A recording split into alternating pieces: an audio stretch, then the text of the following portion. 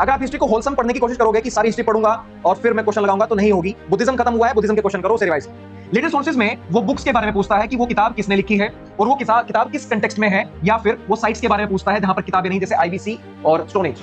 UPSC is also interested in chronology, वो chronology में बहुत इंटरेस्टेड है कि कब हिस्ट्री में क्या हुआ, उसके बाद क्या हुआ, उसके बाद क्या हुआ। इनफैक्ट सिर्फ हिस्ट्री में नहीं बल्कि हर सब्जेक्ट में। इवन वो पॉलिटी में 4 केसेस उठाकर आपको दे देता है और कहता है कि पहले कौन सा, उसके बाद कौन सा, उसके बाद कौन सा। लेकिन वो 5-6 क्वेश्चन आप लोगों को आप वहां ले जाकर खड़ा ना कर दें कि नहीं यार मैं पूरी हिस्ट्री छोड़कर चला जाता हूं, उसमें तो हमेशा out of the box he question आते हैं। टॉपिक वाइज अप्रोच रखिए। और टॉपिक वाइज का मतलब क्या है कि सिलेबस बनाइए हिस्ट्री का कि ये सिलेबस है एंशिएंट से लेकर मॉडर्न तक का, और टॉपिक वाइज जो टॉपिक होते चले जाएं उसको आप टिक मार्क करते रहिए।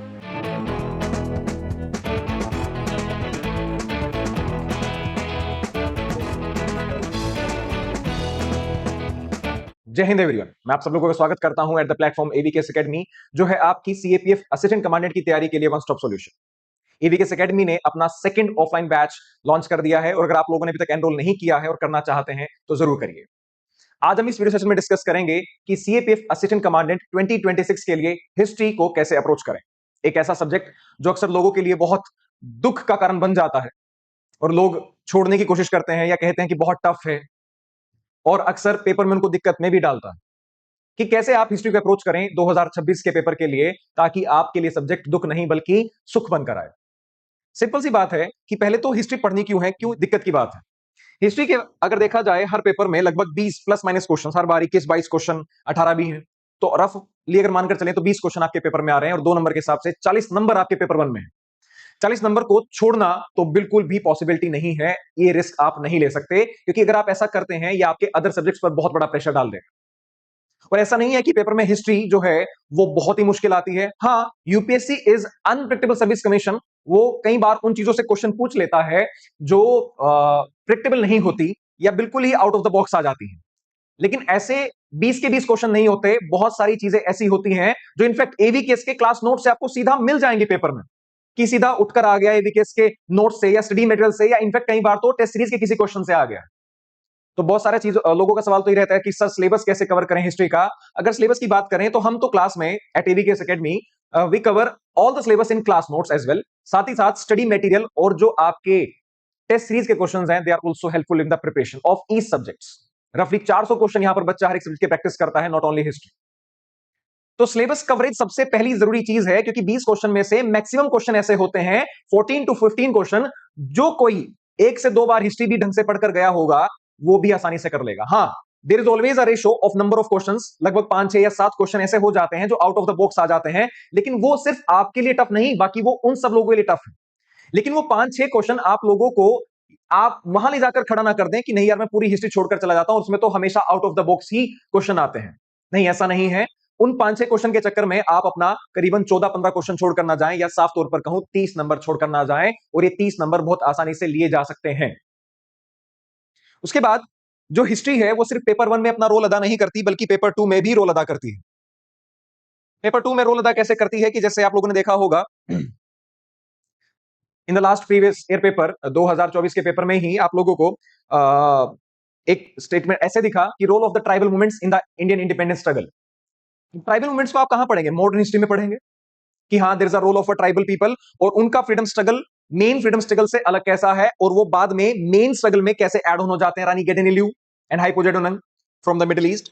और गांधी जी के जो सिविल डिसोबीडियंस मूवमेंट है उसमें जो ट्राइबल्स हैं वो पहली बार आपके मेन मूवमेंट में ऐड हो जाते हैं। उससे पहले उनकी लड़ाइयां बहुत पहले से शुरू हो रखी हैं, चाहे वो हम कहें गोंड्स की हो, चाहे वो भील्स की हो, या किसी भी ट्राइबल्स की हो। तो इसका एक हिस्टोरिकल पर्सपेक्टिव होना जरूरी है। पूरा का पूरा ऐसा टॉपिक है जो हिस्ट्री से उठकर आ गया।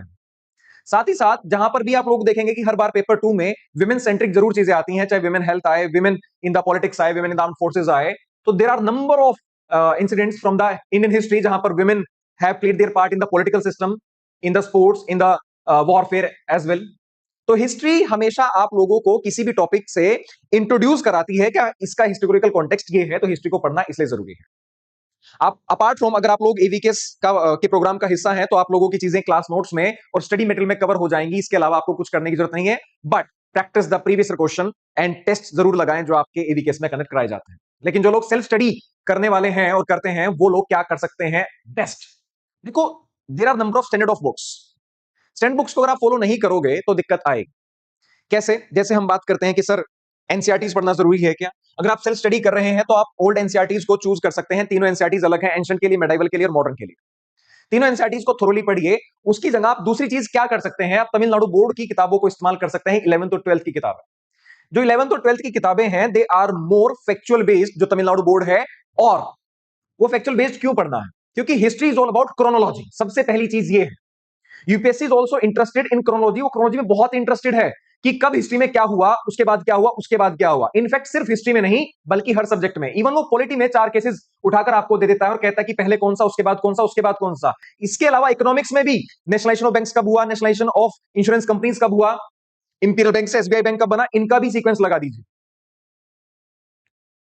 इन्वायरमेंट एंड इकोलॉजी में establishment of the wild life sanctuaries या नेशनल पार्क्स को वो सीक्वेंस में लगा देता है कि कौन पहले, कौन उसके बाद, कौन उसके बाद। तो क्रोनोलॉजी एक ऐसा पॉइंट है यूपीएससी का जो उसका सबसे फेवरेट है। उसे वो हर सब्जेक्ट में यूज करता है जहां पर भी उसे स्कोप मिलेगा। और history is all about chronology. पहले क्या हुआ, उसके बाद क्या हुआ, उसके बाद क्या हुआ। अगर आप एंशिएंट छोड़कर जाएंगे, मेडाइवल और मॉडर्न पर जंप करेंगे, तो आप क्रोनोलॉजी मिस कर रहे हैं, बीच में से उठा रहे हैं। एंशिएंट को ढंग से पढ़िए, उसके बाद मेडाइवल को ढंग से पढ़िए, उसके बाद मॉडर्न को ढंग से पढ़िए from the sources, authentic sources. जैसे मैंने कहा कि क्रोनोलॉजी यानी पहले क्या, उसके बाद क्या और उसके बाद क्या हुआ। इसके साथ साथ अगली चीजें जो यूपीएससी पूछता है, वो पूछता है आपको सोर्सेज ऑफ हिस्ट्री के बारे में पता है या नहीं है।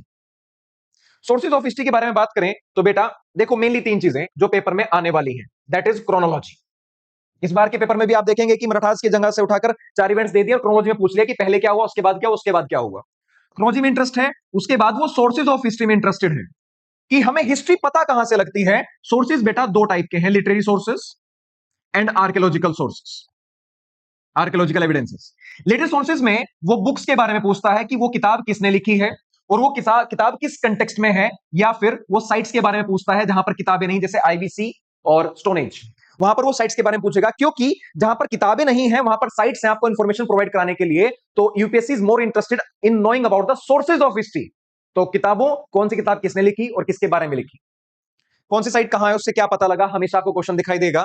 आर्कियोलॉजिकल एविडेंसेस, आर्कियोलॉजिकल एविडेंसेस में साइट्स यहां पर, बुक्स और इंस्क्रिप्शंस, कौन से राजा ने कौन सी चीज लिखवाई। साइट्स में हम कॉइन्स का भी जिक्र कर सकते हैं, कहां पर कौन सा राजा का कॉइन है, उसमें क्या कंटेक्स्ट है, ये सारी चीजें। उसके बाद टर्मिनोलॉजी, टर्म्स, टर्म्स के बारे में वो बहुत पूछता है कि इन ancient history what term this means, in medieval history what does this term mean, इनके बारे में क्या है। टर्म पे मैंने कहा कि फैक्चुअल, जो तमिलनाडु की बोर्ड की बुक्स हैं वो बहुत फैक्चुअल हैं, टर्म को इजीली समझा देती हैं। अब आप कहेंगे सर एनसीईआरटी पढ़े, तमिलनाडु बोर्ड ही पढ़े, तो क्या पढ़े, एक सोर्स पढ़े ढंग से। ऐसे तो मैं आपको बता दूंगा कि हाँ, एंशिएंट हिस्ट्री में जो आईबीसी है, जिसका क्वेश्चन हर बार देखने को मिलता है, वो बेस्ट सोर्स उपिंदर सिंह से है, हर बार वहीं से क्वेश्चन उठा भी रहा है। तो आप यहां पर सेक्शनल भी जा सकते हैं कि मैं ये टॉपिक इस किताब से कर लेता हूं, जैसे आप आईबीसी पढ़ लीजिए बिल्कुल in the specialisation of Upinder Singh से। लेकिन मोर और लेस आप एनसीईआरटी पर रहिए। तो एनसीईआरटी में फिर सवाल आ जाता है कि सर मैं पुरानी पढ़ूं या नहीं पढ़ूं। पुरानी जो किताबें हैं, they are more in the sequence form. वो एक क्रोनोलॉजी आपकी डेवलप करने में हेल्प करेंगी, और उसके अलावा जो थीम्स हैं वो आपको ज्यादा टर्म समझने में हेल्प करेंगी। तो आप इसमें हेल्प ले सकते हैं कि भैया मैं ओल्ड एनसीईआरटी से अपनी क्या कर लेता हूं, एक बार क्रोनोलॉजी समझ लेता हूं, और क्रोनोलॉजी समझने के बाद आप ये समझिए कि क्या इवेंट क्या हुआ है। और टर्म्स को आप जितनी किताबों से या अलग अलग सोर्सेज आप निकाल सकते हैं, टर्म्स को जरूर निकालिए। किताबों की लिस्ट प्रिपेयर कीजिए, कौन सी किताबें, कौन सी किताब किसने लिखी। मान लो मनुचरितम किसने लिखी। तमिलनाडु बोर्ड के लिए एक और खास बात यह है कि वो संगम को यानी साउथ इंडियन हिस्ट्री को ज्यादा बेटर एक्सप्लेन करते हैं, और वो पार्ट ऑफ हिस्ट्री कहीं ना कहीं एनसीईआरटी में मिस आउट हो जाता है। तो आप साउथ इंडियन हिस्ट्री के लिए चेराज, चोलास, पांड्याज एंड संगम के लिए तमिलनाडु को फॉलो कर सकते हैं, एंड बाकी हिस्ट्री के लिए आप एनसीईआरटी को फॉलो कर सकते हैं। टॉपिक वाइज अप्रोच रखिए। और टॉपिक वाइज का मतलब क्या है कि सिलेबस बनाइए हिस्ट्री का, कि ये सिलेबस है एंशिएंट से लेकर मॉडर्न तक का, और टॉपिक वाइज जो जो टॉपिक होते चले जाएं उसको आप टिक मार्क करते रहिए। आपका मोरियाज हो गया, दैट्स इट। जैसे ही आपका मोरियाज हो या कोई भी टॉपिक हो, तो आपको क्या करना है, प्रैक्टिस क्वेश्चन टॉपिक वाइज। अगर आपका आईवीसी तैयार हो चुका है, तो उसके बाद आप सीएपीएफ एसी के जितने भी पीवाईक्यूज हैं उनको प्रैक्टिस कीजिए। उसे पता लगेगा कि आपका टॉपिक तैयार हुआ है या तैयार नहीं हुआ। जब तक आप टॉपिक की लिस्ट नहीं बनाएंगे, टॉपिक लिस्ट आपकी तैयार हो जानी चाहिए ऑन द फर्स्ट डे कि मैं अब हिस्ट्री पढ़ने बैठा हूं। एंशिएंट से शुरू करेंगे और एंशिएंट से शुरू कर कर आप मॉडर्न तक जाएंगे। टॉपिक्स को सेग्रीगेट कीजिए। एंशिएंट में शुरुआत कीजिए स्टोन एज से, then IVC, then Vedic literature, Vedic culture, then Buddhism, then Jainism. ऐसे आप टॉपिक की लिस्ट बनाइए और एक टॉपिक को एक सोर्स से, एक डेफिनेट सोर्स से पढ़िए, और जैसे ही वो टॉपिक आपका तैयार हो, प्रैक्टिस द क्वेश्चन। ऐसे आपकी हिस्ट्री चलेगी। अगर आप हिस्ट्री को होलसम पढ़ने की कोशिश करोगे कि सारी हिस्ट्री पढ़ूंगा और फिर मैं क्वेश्चन लगाऊंगा, तो नहीं होगी। बुद्धिज्म खत्म हुआ है, बुद्धिज्म के क्वेश्चन करो, उसे रिवाइज। फिर आगे बढ़ो, सिंपल। ऐसी मेडाइवल में दिल्ली सल्तनत, विजयनगर, बेमानी, मुगल्स, भक्ति, सूफी, ये सारी चीजें। एंशिएंट और मेडाइवल के साथ आर्ट एंड कल्चर को लगाकर चलिए। जैसे फॉर एग्जांपल, अगर आर्ट एंड कल्चर को आप अलग लेकर चलेंगे तो वो आपको हमेशा दिक्कत में डालेगा, क्योंकि पूरा आर्ट एंड कल्चर डेवलप कब हुआ है? एंशिएंट में, मेडाइवल में। अगर मौर्याज में अशोका ने पिलर्स बनाए हैं तो ग्रीक से कॉपी किए हैं, और ग्रीक और अशोका के पिलर में क्या डिफरेंस है? उसकी कैपिटल कैसी है, उसका कैपिटल कैसा है, उसका शाफ्ट कैसा है, उसका शाफ्ट कैसा है, वो सिंगल शाफ्ट है या डिफरेंट शाफ्ट में है। ये सारी चीजें आर्किटेक्चर का ही पार्ट है, इसी को आप एंशिएंट और मेडाइवल के साथ लगाकर चलिए, अदरवाइज आर्ट एंड कल्चर एक डिफरेंट सब्जेक्ट आपके लिए बनेगा और मुश्किल पैदा करेगा। अब भीमबेटका में पेंटिंग्स हैं, तो पेंटिंग्स में आप भीमबेटका को अलग नहीं पढ़ेंगे, उसको साथ साथ करके चलिए कि स्टोन एज में भीमबेटका पेंटिंग है, उसको वहीं खत्म करता हूं। फिर मौर्याज में, गुप्ताज में फ्रेस्को पेंटिंग क्या है, मुराल पेंटिंग क्या है, कहां पर कौन सी केव में पेंटिंग है, साथ साथ करके चलिए, इससे आपको आसानी रहेगी, आर्ट एंड कल्चर के लिए अलग बर्डन नहीं डेवलप होगा। मॉडर्न के लिए आप स्पेक्ट्रम फॉलो कर सकते हैं, लेकिन स्पेक्ट्रम के साथ साथ मैं कहूंगा कि जो अगर आपने एनसीईआरटी पढ़ी होगी तो स्पेक्ट्रम आपको सप्लीमेंट करेगी। बहुत सारी चीजें आपको ऐसा हो सकता है कि स्पेक्ट्रम में उतनी सॉलिडिफाइड फॉर्म में ना मिले। जैसे revenue system of the Britishers, उस टाइम रेवेन्यू सिस्टम क्या चल रहा है वो आप पढ़ सकते हैं एनसीईआरटी से। परमानेंट सेटलमेंट सिस्टम क्या है, रोयतवारी सिस्टम क्या है, महलवारी सिस्टम क्या है। मेक द लिस्ट, जैसे मॉडर्न हिस्ट्री है, मॉडर्न हिस्ट्री में आप टॉपिक बनाइए, रिलीजियस रिफॉर्म मूवमेंट्स का अलग टॉपिक बनाइए। उसके बाद ब्रिटिश पॉलिसीज में आप एजुकेशन पॉलिसीज का अलग, मिलिट्री आर्मी का अलग, जुडिशरी का अलग, लोकल गवर्नमेंट का अलग, ब्रिटिश न्यूज़पेपर्स को लेकर अगर हम प्रेस को देखें उसको लेकर अलग टॉपिक।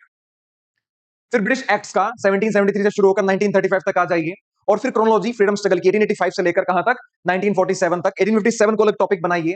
टॉपिक्स जितने ज्यादा बनाओगे उतना ज्यादा अच्छा प्रिपरेशन होगा। अगर हिस्ट्री में आप टॉपिक बना लेते हैं तो प्रिपरेशन हो रहा है, अदरवाइज प्रिपरेशन नहीं हो रहा है। Make the topic list, cover it by topic. जैसे रिलीजियस रिफॉर्म्स का आपका टॉपिक हो गया, तो जितने भी क्वेश्चन सीएपीएफएसी में आए हैं रिफॉर्म मूवमेंट्स के, उन क्वेश्चन को प्रैक्टिस कीजिए। क्या राजा राम मोहन रॉय का रोल है, क्या ईश्वर चंद्र विद्यासागर का रोल है, गुलामगिरी किसने लिखी है, कौन सा किताब, कौन सा अखबार किसने लिखा है, रिलीजियस रिफॉर्म मूवमेंट किसका एजेंडा क्या है। Very simple. इसके साथ साथ आपको क्वेश्चन प्रैक्टिस करने पड़ेंगे। अगर आप क्वेश्चन प्रैक्टिस नहीं करते हैं तो आपको दिक्कत आएगी। अगेन, हिस्ट्री अगर आप छोड़ देते हैं और सोचते हैं कि बाद में करूंगा, हिस्ट्री को आप एक कहानी के माध्यम से पहले डेवलप करें। क्रोनोलॉजी, पहली रीडिंग आपकी क्रोनोलॉजी होनी चाहिए, जो आप एनसीईआरटी से, तमिलनाडु बोर्ड से कर सकते हैं। एनसीईआरटी फॉलो कर लीजिए। सेकंड रीडिंग होनी चाहिए आपको अपने कंटेंट पर। आप जब भी कोई सब्जेक्ट पढ़ते हैं, नॉट ओनली हिस्ट्री, जब आप पढ़ेंगे किसी भी सब्जेक्ट को, तो आप एक गलती करेंगे, नोट्स मेकिंग। आप पीडीएफ ज्यादा प्रेफर करेंगे। आप जब सेकंड रीडिंग ले रहे हो तो नोट्स मेकिंग जरूर करें। चैप्टर वाइज मौर्याज पढ़े हैं, अशोका पढ़े हैं, जो भी चीजें आपको लगता है कि मुझे नोट्स में लेकर जानी चाहिए, लिखें उसको, नोट्स बनाएं। और नोट्स वही बेहतर हैं जो आप खुद को समझा सकते हैं। शॉर्ट नोट्स बनाने हैं, बिल्कुल बनाएं। किताब मत छाप देना शुरू में कि हाँ बस पूरी किताब छाप देता हूं। नोट्स एक ही बार बनाएं, उन्हीं को बार बार रिवाइज करें। हर बार वो छोटे होते जाएंगे, लेकिन इसका मतलब ये नहीं है कि पूरा मौर्याज का चैप्टर आपने कॉपी कर दिया, पूरा दिल्ली सल्तनत आपने कॉपी कर दिया है। हेडिंग बनाई है अशोका, उसके नीचे जो आपके 10-20 पॉइंट हैं, दैट्स इट। अलाउद्दीन खिलजी बनाया, दैट्स इट। पोर्टुगीज बनाया, दैट्स इट। शॉर्ट नोट्स बनाइए और क्वेश्चन प्रैक्टिस कीजिए। क्वेश्चन से जहां जैसे जैसे आपको क्वेश्चन प्रैक्टिस करोगे, वैसे वैसे आपको आइडिया लगेगा कि इस टॉपिक में मेरा ये लैक है, मुझे ये चीज पढ़नी है। Topic segregation plus question practice is the only way out for history. अगर आप लोग पूरी एंशिएंट हिस्ट्री एक साथ पढ़ेंगे और फिर कहेंगे कि अब आगे चलता हूं, नहीं, गलत है। पहले आईवीसी खत्म करो, क्वेश्चन प्रैक्टिस करो, अगले टॉपिक पर जाओ। कल्चर, वैदिक कल्चर पर जाओ, उसके क्वेश्चन प्रैक्टिस करो। बुद्धिज्म पर जाओ, उसके क्वेश्चन प्रैक्टिस करो। जैनिज्म पर जाओ, उसके क्वेश्चन प्रैक्टिस करो। और मोर ओवर आपके 60-70% क्वेश्चन हो रहे हैं आपकी तैयारी से, यू आर डूइंग गुड। इस हिसाब से आपको चलना पड़ेगा, otherwise history will always be a burden. And art and culture को आप लोग अपने साथ साथ लेकर चलिए। That is the only thing जो आप हिस्ट्री में सबसे बेस्ट कर सकते हैं। Keep revising. तो सबसे पहले क्या क्या कर सकते हैं, क्रोनोलॉजी डेवलप करेंगे। दूसरा, आप सोर्सेज के बारे में नोट्स बनाएंगे, या आप क्रोनोलॉजी के साथ साथ अपने second thing is topic list बनाएंगे कि क्या करना है। फिर टॉपिक लिस्ट में से आप फैक्चुअल डाटा निकालेंगे, चाहे बुक्स हो, साइट्स हो, व्हाटएवर थिंग, टर्म्स हो। उसके बाद आप उसे क्वेश्चन प्रैक्टिस करें, रिवाइज करेंगे और क्वेश्चन प्रैक्टिस करेंगे। That's it. जो चीजें आपके क्वेश्चन नहीं होंगी, उसी टॉपिक को आप दोबारा रिवाइज करें। यही आपके हिस्ट्री प्रिपरेशन का मैप बनने वाला है। That's all for today and thank you. जय हिंद।